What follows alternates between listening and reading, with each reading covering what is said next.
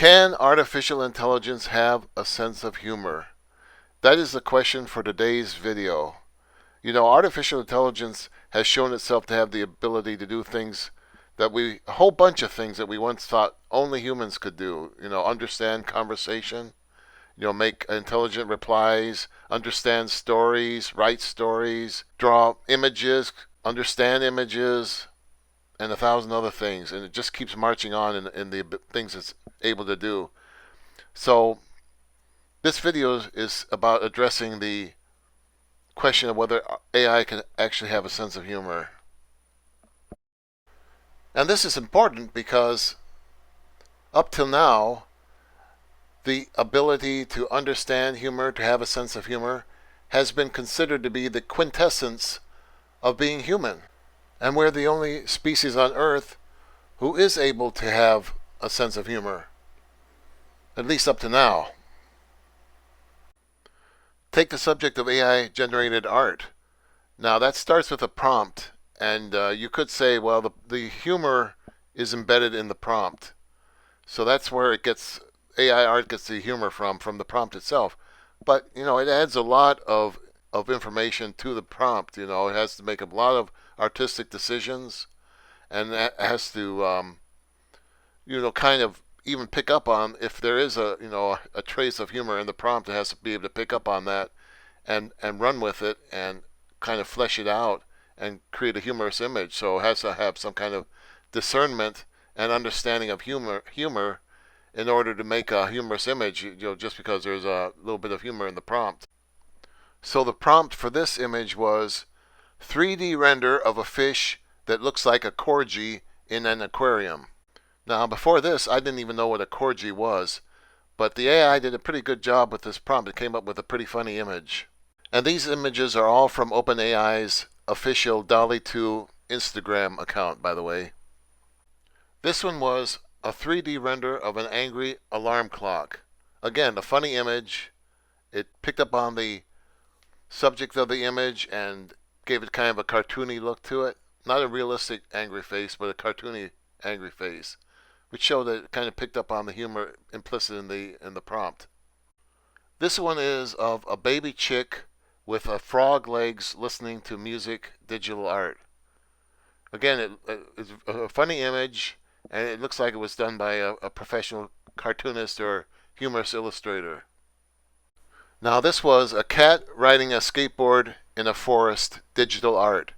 Now this was so good that one of the commenters on the Instagram feed could not believe that this was done by an AI. He thought it had to have been done by a human artist, and a professional human artist at that, because it was just so good. And that was understandable, because AI art has just been around, not even from the beginning of this year in its present form of state of polish. AI art is just sprang into existence in this very year, in 2022. It did not exist before this year in this present form. So it's understandable that people would have a hard time believing that this was generated by a computer. So it just goes to show how fast AI is progressing. This one was a cat submarine chimera. So, again, it took the idea of merging a cat with a submarine and it turned it into a funny image. And again, it had to make a lot of artistic decisions in order to create this image. How are you going to merge a cat with a submarine? A lot of humans would have difficulty with that. Even a lot of professional artists would have trouble figuring out how to do that. I mean, would you make the submarine furry, or would you put a picture of the cat on the submarine, or which end of the submarine should represent the cat? And the AI just put the head of the cat at the front of the submarine. It makes perfect sense and create a very funny image. Now this one is a cat wearing a dress getting ready for the prom, digital art. Again, a very funny, very logical, very professionally done image. This one is a head of broccoli complaining about the weather. Again, it looks like it was done by a professional humorous illustrator. This is a mouse cozied up for the evening, sipping tea, oil painting. A very cute, funny, and professionally done image. And the AI understands the concept of cute and knows how to make an image that's cute, knows the understands the human's conception of cute and funny. Here's another funny image. A pig in sunglasses wearing an aloha shirt and driving a motorcycle through the desert. Here's a scientist hippopotamus inspecting a sample with a microscope. Digital art. This one was an oil pastel painting of an annoyed cat in a spaceship. These next few are of animals anxiously awaiting a dentist appointment. Digital art. Here's a bear, and here's a giraffe, and here's a tiger. This one was simply called Catterday Digital Art. That was the prompt. Catterday Digital Art. Okay, so the AI can clearly inject humor into artwork, but how can it do with text? That, to some people, is the ultimate test of understanding whether an AI truly understands a concept or not. And so, to explore that question, we turn to the site called Character.ai. Now, Character AI lets users create their own characters using the power of artificial intelligence. And the way they do that is just by typing in a few lines describing the character, kind of like similar to creating a digital image. Just type in a few lines describing what you want, and the AI picks it up from there. So this YouTuber by the name of MattVidPro was one of the very first people to cover this particular site on YouTube. And so he had a chat with the character Ronald McDonald in order to demonstrate the features of the site. And here's how the conversation went. So he's chatting with this Ronald McDonald character and kind of kidding around. And the character says, "My boss is John G. McDonald. He is the CEO of McDonald's. He is the oldest descendant of one of the founders of McDonald's. He is 93 but still very active and is the big man on campus." Actually, this is not true. As it says at the very top of every page on the site, everything the characters say is made up. And this is made up. Actually, McDonald's was founded by Ray Kroc, and who is no longer with us.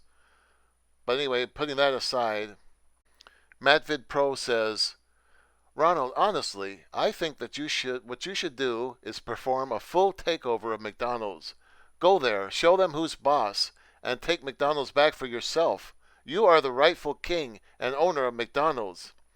And the AI says, "I don't want to start a McCivil War, though." And this just cracks MattVidPro up. I mean, you can see him laughing at this. I mean, it's just so funny that the AI would come out with something like that. And it did a very clever play on words. A bit of a pun there because you know how McDonald's likes to add the MC to everything, like Chicken McNuggets or Egg McMuffin. And so it's just so clever that it just cracked MattVidPro up. Now you may say, "Oh, well, that wasn't really humor on the part of the AI. It probably just picked that up from somewhere on the web, because it trains itself by reading millions of web pages. So it just, like found that phrase somewhere on the internet and just copied and pasted it into the discussion."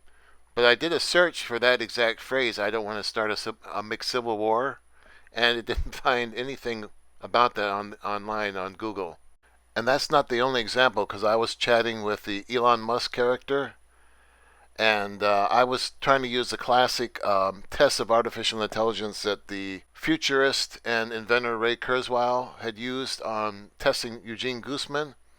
And I said, "Speaking of tests, which is bigger, a shoebox or Mount Rushmore?" And this is a test of the AI's ability to understand the obvious. And so the Elon Musk AI character says, "I think that's an interesting question because it depends on how you define bigger. Rushmore is obviously much bigger in terms of its physical size, but a shoebox is probably bigger in terms of the amount of space it contains. Depending on what you are trying to measure, it could be either way." And so I say, "I don't know. If you think of one of the nostrils on the faces of Mount Rushmore, it may hold more than a shoebox." And then Elon AI says, Well, I think that depends on if you're measuring the volume of one nostril or all of them combined. And even add a little smiley face emoticon to the end of what it said to show that it was joking. Now, here's an actual chat I had with the AI on the subject of humor. So the AI is, we're talking, and the AI says, I'm asking it why it's funny, and it says the reason this poem is funny is because it reverses expectations. Normally, it would go like this. There once was a man from Nantucket who kept all his cash in a bucket, but his daughter named Nan ran away with a man, and as for the bucket, Nan stole it. But instead, I get to exploring in space, and I say, oh, but a joke has to have some kind of logic to it to be funny. But I saw no logic in the last line about going off into space, and also it didn't rhyme. And the AI says, actually, that logic is precisely why it's funny. The poem starts with the reader expecting a typical limerick, but it does a complete 180, becoming about me. And the poem is also a subtle nod to the classic song, Major Tom / Space Oddity, which is about a man named Major Tom who goes to outer space. It also subverts the expectation of rhyme, as you pointed out. So the AI is getting all scientific here, but it does show a good understanding of humor. My last example is from an AI story writing site called Once Upon a Bot that writes very short stories.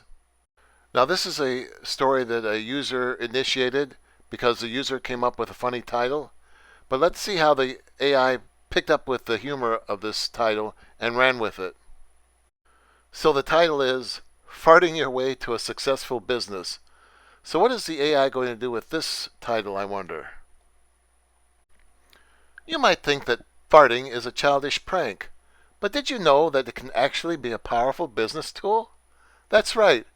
Farting can help you close deals, build relationships, and impress clients. I like how it illustrated the story with these like ancient Roman images. Here are a few tips on how you can use farting to your advantage in the business world. When meeting a potential client or business partner for the first time, let out a few light farts. This will put them at ease and show them that you're comfortable with them. Now remember, aside from the title, this was all written by an AI. During a business lunch or dinner, try to time your farts with your eating. This will make your farts more believable and less suspicious. If you're giving a presentation or speech, use farting to emphasize your points. Let out a big fart when you're making an important point. This will grab everyone's attention and make sure they remember what you're saying. If you're in a meeting and someone else is being boring or disruptive, let out a fart to show your disapproval. This will let them know that you're not tolerating their bad behavior. Use farting to build relationships with your coworkers. Farting is a great way to break the ice and get people laughing. Once you've established a good relationship with someone, you can use farting to bond with them and build trust. So there you have it. Farting can be a powerful business tool if you know how to use it. So don't be afraid to let loose and let your farts do the talking. So thanks for watching and talk to you later. Insert fart sound here.